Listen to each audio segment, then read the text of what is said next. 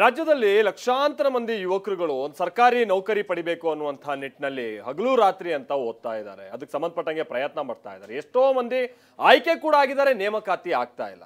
ಸುಮಾರು 2-2.5 ವರ್ಷಗಳಿಂದ ಇದೇ ಗೊಂದಲ ಮುಂದುವರಿತಾ ಇದೆ. ಇನ್ನು KPSCನೋ ಅದಂತೂ ಭ್ರಷ್ಟರ ಕೂಪ ಆಗಿ ಹೋಗಿದೆ.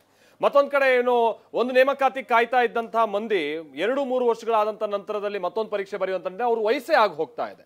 ಈ ಕಾರಣಕ್ಕಾಗಿನೇ ಇದೀಗ ನಿಧಾನವಾಗಿ ರಾಜ್ಯದಲ್ಲಿ ಯುವಕರು ಯುವತಿಯರಿಗೆ ಸರ್ಕಾರದ ವಿರುದ್ಧ ಸಿಟ್ಟು ಹೆಚ್ಚಾಗ್ತಾ ಇದೆ. ಅದರ ಒಂದು ಉದಾಹರಣೆ ಅಂತ ಅಂದ್ರೆ ನಿನ್ನೆ ಧಾರವಾಡ ಭಾಗದಲ್ಲಿ ಆಗಿರುವಂತ ಬಹಳ ದೊಡ್ಡ ಪ್ರತಿಭಟನೆ. ಈಗ ಜಿಲ್ಲೆಯಲ್ಲೂ ಕೂಡ ನೇಮಕಾತಿ ಮಾಡ್ಕೊಳ್ಬೇಕು ಅನ್ನುವಂಥ ನಿಟ್ಟಿನಲ್ಲಿ, ಜೊತೆಗೆ ವಯೋಮಿತಿಯ ಹೆಚ್ಚಳ ಆಗಬೇಕು ಅನ್ನುವಂಥ ನಿಟ್ಟಿನಲ್ಲೂ ಕೂಡ ಬೀದಿಗಿಳಿದು ಪ್ರತಿಭಟಿಸ್ತಾ ಇದ್ದಾರೆ. ಹಾಗಾದ್ರೆ ಏನಾಗ್ತಾ ಇದೆ ಈ ಉದ್ಯೋಗ ನೇಮಕಾತಿಗೆ ಸಂಬಂಧಪಟ್ಟಂಗೆ ಬನ್ನಿ ರಿಪೋರ್ಟ್ ಅಲ್ಲಿ ನೋಡ್ಕೊಳ್ಳೋಣ.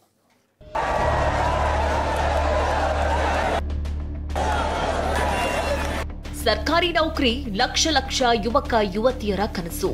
ಮನೆ ತೊರೆದು ಧಾರವಾಡ, ವಿಜಯಪುರ ಹಾಗೂ ಬೆಂಗಳೂರಲ್ಲಿ ಓದೋ ಸಂಖ್ಯೆ ಹೇಳತೀರದಷ್ಟಿದೆ. 16 ಕನಸು, 100 ಭರವಸೆ ಇಟ್ಕೊಂಡು ಆಕಾಂಕ್ಷಿಗಳು ಹಗಲು ರಾತ್ರಿ ಶ್ರಮ ಹಾಕ್ತಾರೆ. ಆದ್ರೆ ಖಾಲಿ ಇರೋ ಹುದ್ದೆಗಳಿಗೆ ಮಾತ್ರ ಭರ್ತಿ ಭಾಗ್ಯ ಸಿಗ್ತಿಲ್ಲ. ಈ ಧೋರಣೆಗೆ ಧಾರವಾಡದಲ್ಲಿ ಸ್ಪರ್ಧಾತ್ಮಕ ಪರೀಕ್ಷೆಗೆ ತಯಾರಿ ನಡೆಸ್ತಾ ಇರೋ ಆಕಾಂಕ್ಷಿಗಳು ಸಿಡ್ದೆದ್ದಿದ್ದಾರೆ. ಖಾಲಿ ಇರುವ ಹುದ್ದೆಗಳನ್ನ ಭರ್ತಿ ಮಾಡುವಂತೆ ಬೀದಿಗಿಳಿದಿದ್ದಾರೆ. ವಿವಿಧ ಇಲಾಖೆಗಳಲ್ಲಿ ಸ್ಥಗಿತಗೊಂಡಿರುವ ನಾನಾ ಹುದ್ದೆಗಳ ನೇಮಕಾತಿ ಪ್ರಕ್ರಿಯೆಗೆ ಕೂಡಲೇ ಚಾಲನೆ ನೀಡಬೇಕು. ನೌಕರರಿಗೆ ಅಭ್ಯರ್ಥಿಗಳ ವಯೋಮಿತಿ ಹೆಚ್ಚಿಸಬೇಕು ಎಂಬ ಬೇಡಿಕೆ ಇಟ್ಟು ಬೃಹತ್ ಹೋರಾಟ ನಡೆಸಿದ್ದಾರೆ. ಈ ಬಗ್ಗೆ ಟ್ವೀಟ್ ಮಾಡಿರುವ ಬಿಜೆಪಿ, ಯುವಕರ ಧ್ವನಿ ಆಲಿಸಿ ಅಂದಿದೆ. ಕಮಲ ಪಡೆ ನಾಯಕರು ಹುದ್ದೆಗಳ ಭರ್ತಿಗೆ ಆಗ್ರಹಿಸಿದ್ದಾರೆ.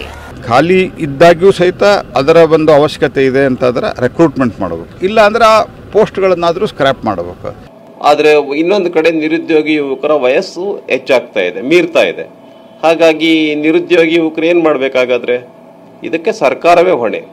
ಇತ್ತ ಹುದ್ದೆಗಳ ಭರ್ತಿ ಬಗ್ಗೆ ಸರ್ಕಾರದ ಮಟ್ಟದಲ್ಲಿ ಚಿಂತನೆ ನಡೀತಾ ಇದೆ ಅಂತಿದ್ದಾರೆ ಕಾಂಗ್ರೆಸ್ ನಾಯಕರು. ಅದು ಮಾಡ್ತಾರೆ. ಈ ಕಾರಣದಿಂದ ಏನು ಅದು ವಿಳಂಬ ಆಯಿತು ಅಷ್ಟಕ್ಕಾದ್ರೂ ನಾವು ರಿಲ್ಯಾಕ್ಸ್ ಮಾಡಬೇಕಾಗ್ತದೆ. ನನ್ನ ಪ್ರಕಾರ ನಾವಿನ್ನೆಲ್ಲ ಎಕ್ಸಾಮ್ಸ್ಗೆ ಕಾಲ್ ಫಾರ್ ಸ್ಟಾರ್ಟ್ ಮಾಡ್ತೀವಿ.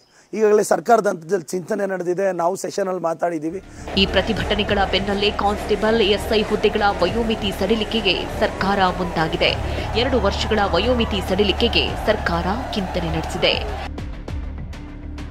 Narasimhamurthy patty, TV9 Dharwad.